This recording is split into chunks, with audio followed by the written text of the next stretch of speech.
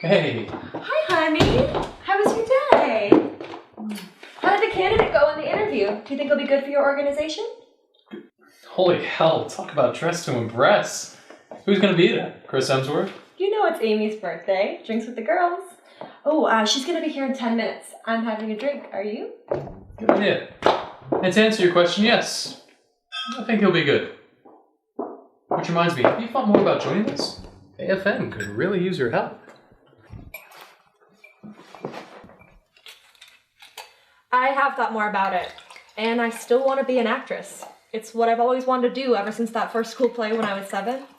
And you know I've done well in my acting courses. Last time we spoke about it, you made me feel guilty for not wanting to join your charity. But over the last couple of months, I've been doing a lot of reading and thinking, and I think I know what's behind all of this. You mean you've been brainwashed by that fascist... what's her name?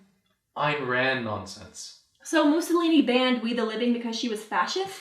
You haven't even read her stuff. Nonsense is what I have to read in my philosophy course. Well, apart from Aristotle. Last time we spoke about me joining your charity, you said it was selfish of me to want to do my own thing, and that made me feel ashamed. Yes, that's because you know there are lots of people out there who need your help, and you should give it to them. I've told you about the poor lost souls sleeping out, and you have a moral obligation to help them. Well, I'd be quite happy to give some money to charity, but why should I dedicate my life to helping them? Why should I choose a career for the sake of others? But come on, everyone knows if you want to feel fulfilled in life, you have to do something with your life that's moral. If you hadn't spent so much time in high school dreaming about being a movie star, you would have learned an important lesson. The moral path is the life of a Mother Teresa who devoted herself to those in need. If your horse were any higher, you'd have trouble hearing me, which is probably what you want. But you still haven't told me why. Why is selfless devotion to others the standard of what's moral? Why are the halos reserved for nuns and charity workers? If you even have to ask... Hell, don't you know right from wrong? The alternative to morality is selfishness. Attila the Hun and that crook, Bernie Madoff. So according to you, there's either Mother Teresa or Attila the Hun and Bernie Madoff. You either sacrifice for others or sacrifice others for yourself? Well, I'm against sacrifice, full stop. Okay, so you're claiming the Pope is not only fallible, but completely wrong. Yes. There's another option which doesn't involve any sacrifice. Why isn't it the moral course to lead a principled life? To carefully choose a career, to study hard, and then to strive ethically to achieve the highest in your work. To be honest, respectful, and loving in your marriage, to conscientiously rear your children to be happy and successful.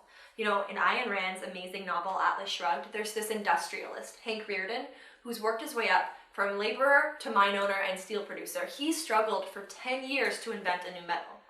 I just read it again. Here it is.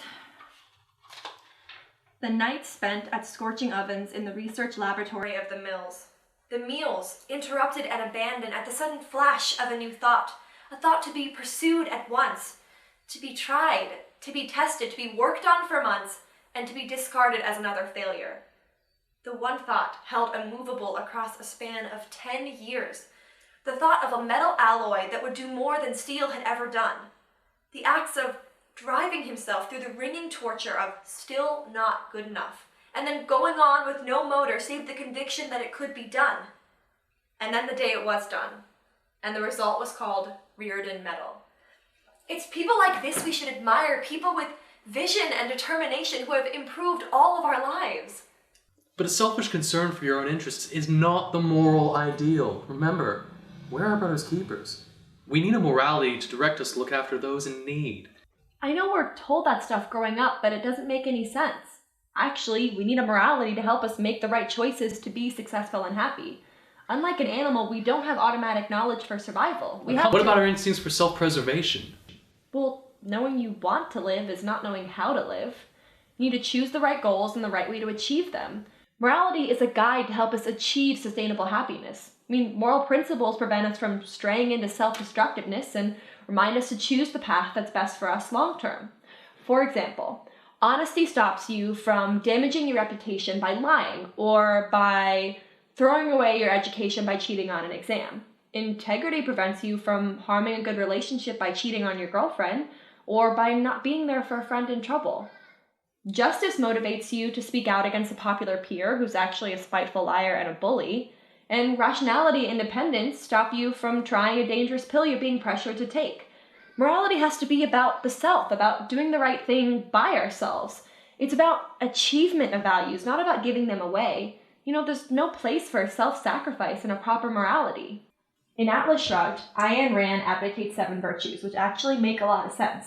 There's justice. But if people are only guided by their own egos, they'll trample all over others just to get their own way. It'll be survival of the fittest, and the weak can go to hell. No! How is that in your long-term interest? Your marriage won't last long if that's how you behave.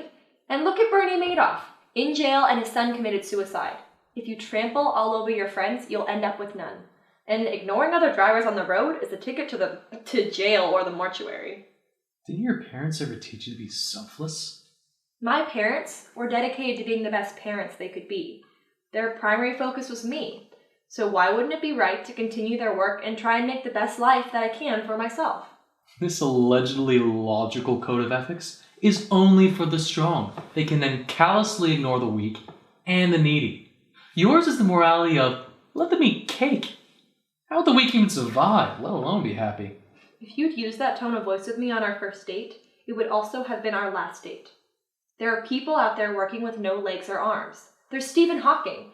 With the technology we have now, you have to be practically dead to be unable to support yourself. So if a person can't work, you'll just let them starve in the streets? You of all people know there are charities out there to help them, just as there were an abundance of charities in the 19th century when capitalism in the West was at its peak.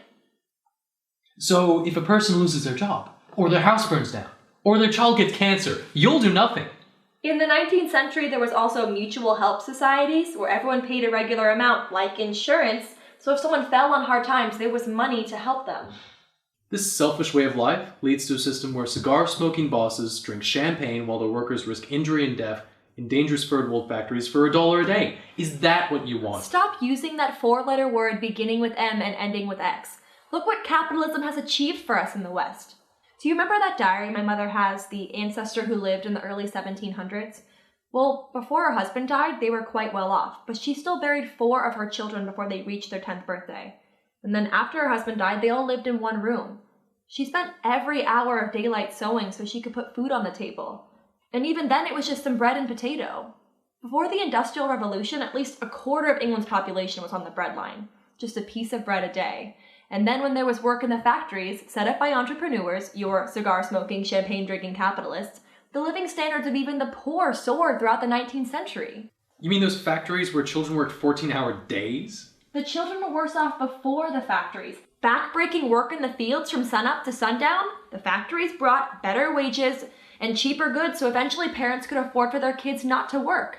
And now anyone can live better than even the upper class did back then. And this will happen in the poorer countries if business is allowed to flourish. Look at Hong Kong and India and China. If you want better living standards for poor Africans and Asians, then rational self-interest is the morality to promote. It's also what's brought us so many inventions. Refrigeration, running water, the washing machine, sewage disposal, technology to lower the cost of living and give us shorter working hours, and life-saving medical advances to name just a few. This is all just rationalization. You want to live selfishly, and this is how you justify ignoring your obligation to help the needy. Maybe for a split nanosecond, you could entertain the idea that you may be wrong on this fundamental issue. You need to forget your childhood brainwashing and see the creed of selflessness for the nonsense that it is. Can't you see how people use it to make others feel guilty? To manipulate them? Case in point, you need a morality that's fit for purpose, namely rational self-interest. I have no trouble seeing acting as a moral choice. Hopefully Chris Hemsworth will be there.